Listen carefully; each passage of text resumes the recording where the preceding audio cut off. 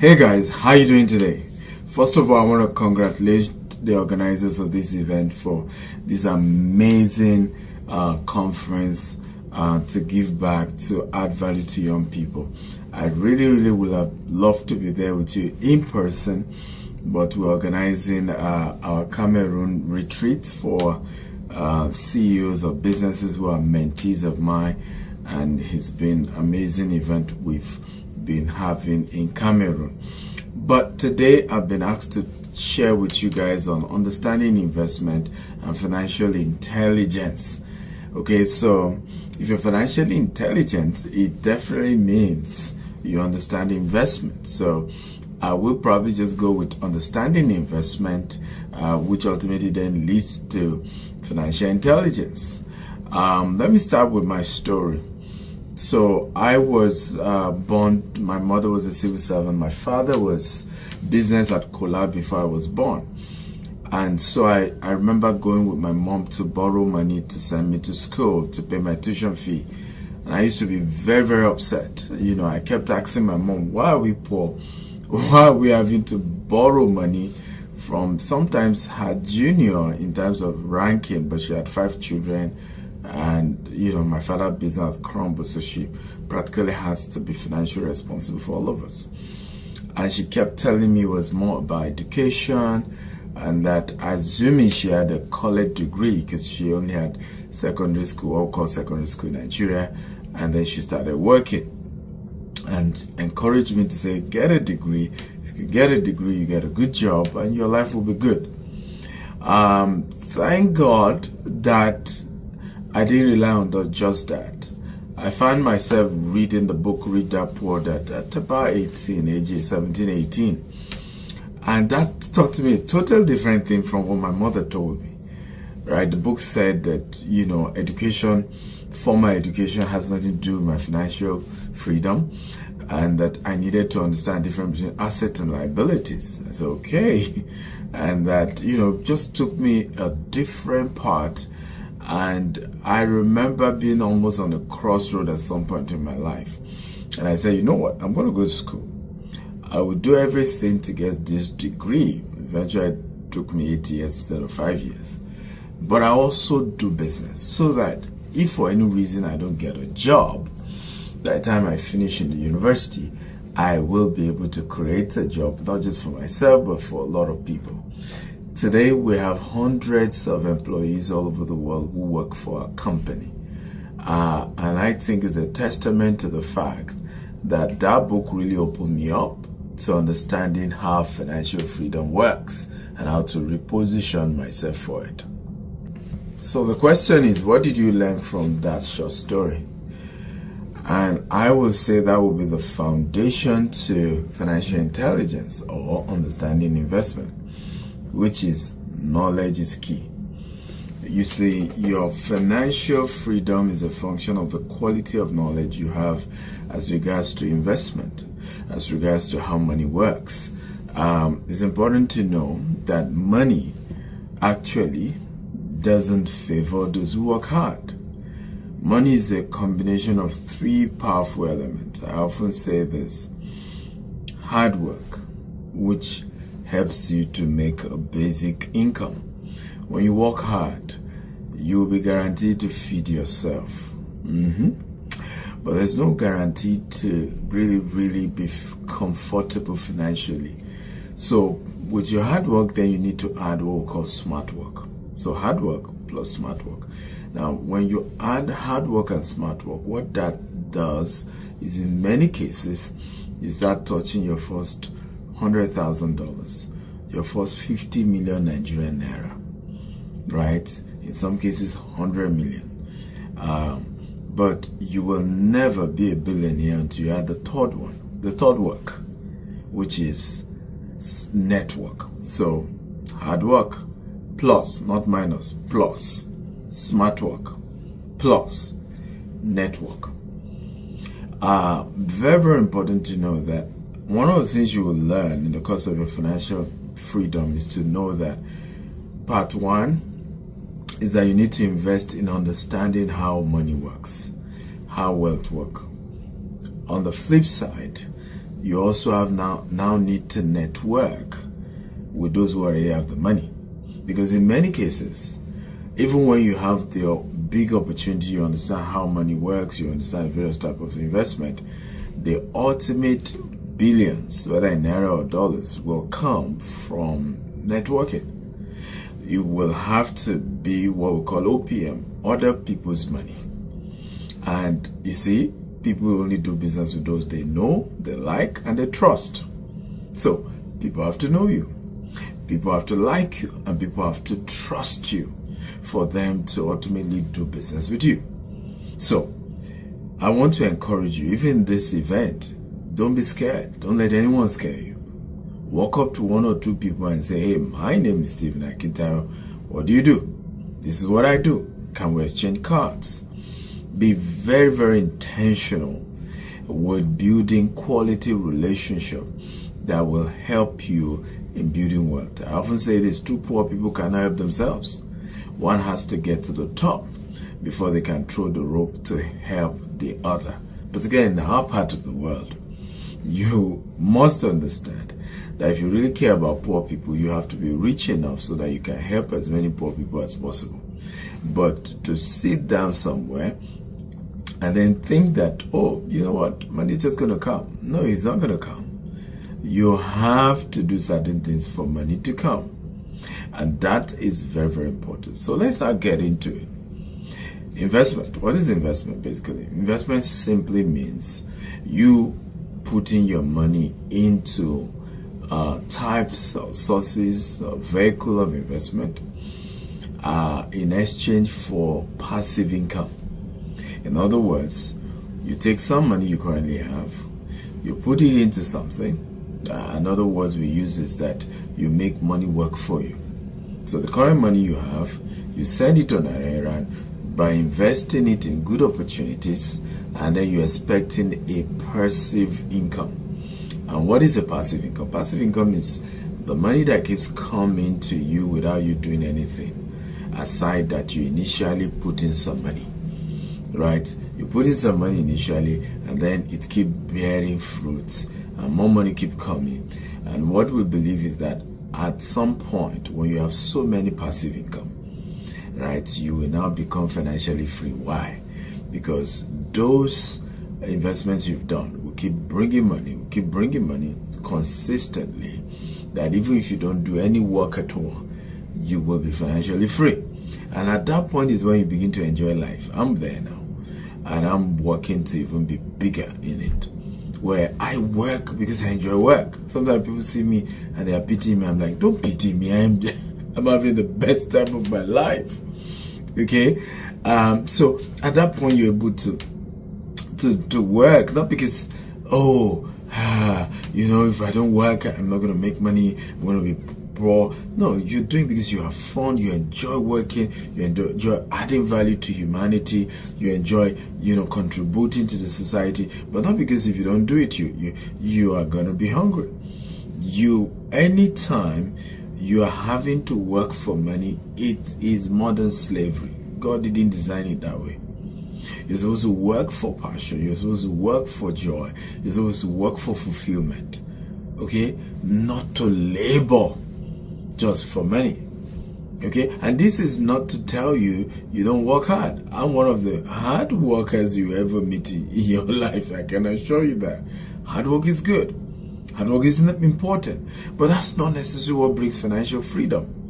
It will make sure you're not hungry, but it's not going to bring financial freedom. So you have to then learn, how do I invest? Where do I invest? What are the opportunities to leverage on? So I'm going to share with you 3 categories, types of investment. One is called high risk investment. So high risk investment, you're looking at crypto, you're looking at Forex, right? What they do basically, this kind of investment gives you over 25% return on investment every year. Some give you 50%, some give you 100%, some even give you way more, particularly if you're an active trader. And so, but the point, high risk, it means you can lose it all the same way you can make so much. So I know some of you are asking, Dr. Stephen, do you mean I should not do high risk type of investment?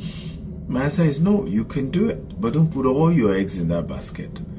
Divide your money into 3. A portion you put into high risk, and as soon as the high risk brings good returns, withdraw it and put it into some safer types of investment like mid-risk investment.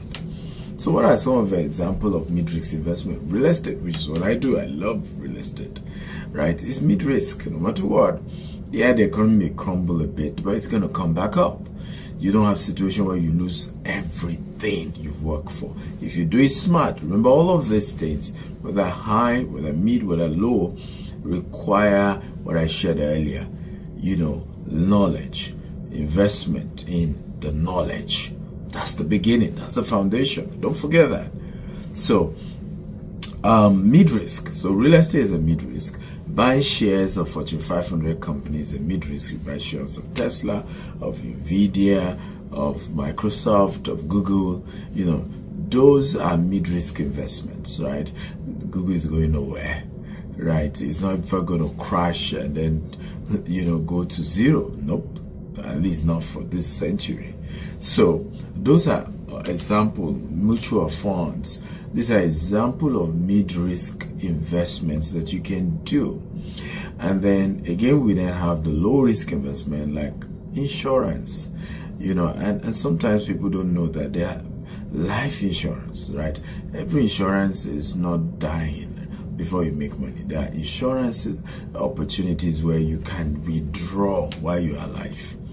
And you can even withdraw and invest what you withdraw. And if anything still happens, you still have the major money down there. And you can still earn so much while you're alive. Try those type of insurance. Okay? Bonds are example of low risk investments. Okay? So, get the knowledge across these 3 categories and try to understand them, understand how they work, and then divide your investment budget into this 3. I hope this makes sense. Okay, now the question I know somebody watching this is saying, but Dr. Stephen, I don't even have money at all. I'm watching you right now. I'm a young man, I don't have money, and then you're telling me about, I should invest in high risk, mid risk, low risk. Where do I start from? Very good question. So how did I get started? My first move was I got knowledge. I prioritized knowledge. And I'll tell you why this is important. Even when you are face to face with people who have the money to invest, remember we talked about scaling your business, scaling your investment, you will still have to use other people's money. Right? Meaning, even with this, your private investment you're doing, at some point you're good at it and able to encourage people to say, hey, invest with me. I'll give you a portion of my profit because I've figured out a way to invest money and get good returns. So you will have to do that. The same thing with business. When we started a real estate company, at some point I realized, hey, we need to start talking to people to invest with us. And then I give them a portion of the profit we're making. Right now, we're on a $200 million project in the US. And I'm raising a lot of that money. Right? At the moment, I'm raising over $60 million of that. And the rest I'm getting from institutional investors. And I'm saying to people, hey, come invest. Give you good returns. Build credibility over the years. So ultimately, nobody really gets big without leveraging on other people's money, which is OPM. So that's very clear. But nobody will give you their money, guys. And same thing with OPT. Nobody gives you their time if they don't think you're very, very knowledgeable about what you're doing. Nobody will do that. Right? I'm not going to give you my money if when we're talking, I cannot sense that you're exceptionally gifted. You understand the business. You get it. I already can see my money bringing returns. I will not do that. The reason why people risk their money with me, millions of dollars. I get people call our office, I'll invest $1 million, I'll invest $500,000, I'll invest $100,000 like that. But the reason they're doing that is they know Dr. Stephen has built credibility in this business. He understands how real estate works, and I'm sure when I give him my money, I will get good returns. So you must work hard on that. The knowledge, I call it knowledge equity, right? Sometimes we're just saying, I need capital. Sometimes it's knowledge capital you need. You really, really need the knowledge capital. Now, having gotten the knowledge capital and you're really experienced about it, now you can then move to either of these two. In some cases, you then still need an opportunity to work under a mentor, right, for a year or two, right? So look for somebody who really, really is good with investment.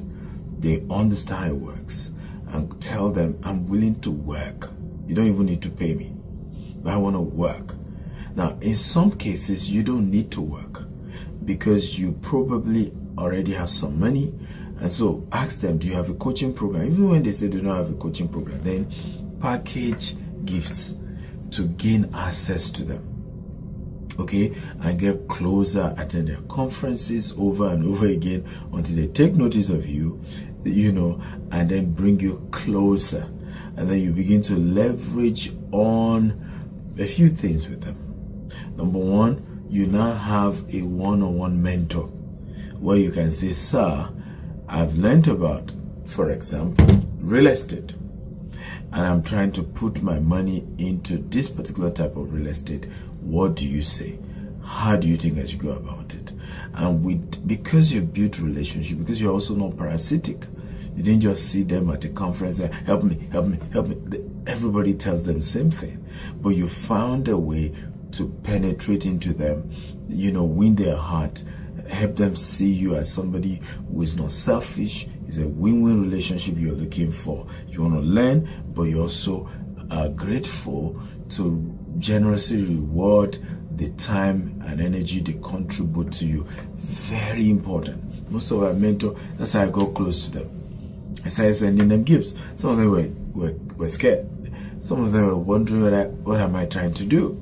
Right? Because they knew they were richer than me, and they were wondering, so what's this guy trying to do? And I kept doing it over and over and over again. Some of them, it took them 3 years before they got comfortable with me. Some 5 years before they got comfortable.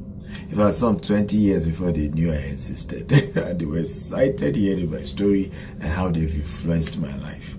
So you want to do that. You need a guide. You need a guide. Aside just reading it and knowing it is not enough. You need somebody you can run to in the day of trouble, aside God, right? That the person will say, okay, take the right step, take the next step, or take this. And particularly in the African context, right? We are moved by people. Who is his godfather, or who is his mentor, or son of who is he? People get to be untouchable, right? And when we say untouchable, I'm not saying you committed crime now. In this part of the world, anytime you grow, somebody is angry. Because some people think you are intruding into their space. Some people feel you are intruding into their, you're taking a portion, okay, of their food. Whether it's business, as your business start growing, you will be infringing into somebody's territory, and they're angry. And so if you don't have certain amazing people who can stand by you, you'll be shocked. And I'm not even saying negative. Sometimes you're trying to get money from the bank, sometimes you're trying to get somebody to invest, and then you just notice negative words keep going around your name, right? Because somebody is pressing button at the top to say, hey, that's Stephen, you need to be careful. I sense something about him. I'm just not comfortable around him. And when people keep hearing that about you, the help they need to give you, they will not be able to give it to you because there's just so much. But sometimes when there's a bigger figure, right, who is saying, hey, that's my guy, great guy, speaking positive about you, it then help make things a lot easier. I hope this makes sense about investment about how to invest. And let me say this in closing. There are two types of mentors. There's business mentor and there's investment mentor. Now, many times, many of us don't know that a business mentor is just basically somebody in the same business as you. You want to go into food business. Who runs a bigger food business that you go and meet and say, hey, I'm also starting my food business, mentor me. You want to go into music business. Who is in music business that you want to go meet and say, mentor me? Now, investment mentor is totally different, right? An investment mentor is somebody who can say, like my story, I started my business with just 1,000 Naira, $10, 16 years ago. I've built hundreds of millions of dollars in real estate portfolio under our management all over the world, right? And so that qualifies to be an investment mentor, somebody who has turned 1 Naira to 1 million, right? $10,000, you know, to $1 million. Those people can tell you, oh, you know what? Put your money into this, right? Put a portion of your money into this one. Put another portion into this. They can guide you when you have now made some money to say, put this into this, put this into this, put this into this. I hope this makes some sense. Ultimately, don't forget, everyone should have at least 4 streams of income. Having just one source of income does not make sense. You need to have multiple streams. So what I've done, I'm attaching to this video a QR code where you can download one of my books for free that further explains how real estate investment works. And also for some of you who want to invest in the US real estate market, I have a video also attached to the QR code. You can scan it and it gives you further explanation about investment in real estate and so on and so forth. But hey, that's my time. I wish we have more time to go further. But hey, there are a lot of resources I have on YouTube for free at Dr. S. Akintayo. You can go watch them where I broke down a lot of these things even further. Again, congratulations to the organizer and thank you for having me. And I wish you a wonderful, wonderful conference as we continue. God bless you. I love you. Bye-bye.